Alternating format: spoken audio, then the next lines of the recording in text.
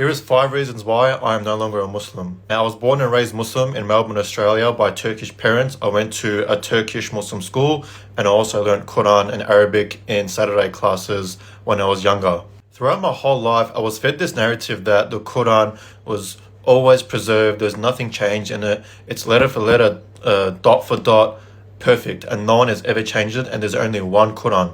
Little did I know about Uthman, who was the third caliphate, burning a lot of the copies of the Quran, and he was the one that actually standardized the Quran that Muslims read today. And a lot of the Muslims that read the Quran today read the Hafs version, but there's also the Khalaf, the Duri, and so many other different versions that have different recitations from the Hafs version of the Quran. But they don't tell you that because it will cause a lot of doubt, and questioning Islam, everyone in the community would just frown upon you and pretty much think you've apostated. And I always thought that the Quran mentions that previous scriptures are corrupted and the Quran was seen as God's final revelation to fix everything and preserve God's message.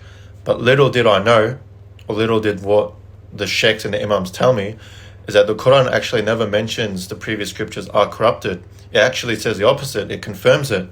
And it also tells Muhammad, if he's ever in doubt, to go back to the previous scriptures to confirm what the Quran is saying. And my whole life growing up in a Muslim school, I was never taught what kind of heaven Muslims will receive.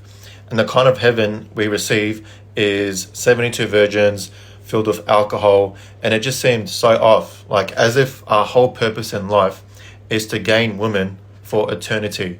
It just seems like a brothel or a strip club. It's just not holy at all. The first time I found out that Muhammad married a child was actually very late on in my life. I was around 20 years old, this was during lockdown, and my brother actually told me that Muhammad married a 6-year-old, and I didn't know how to reconcile that.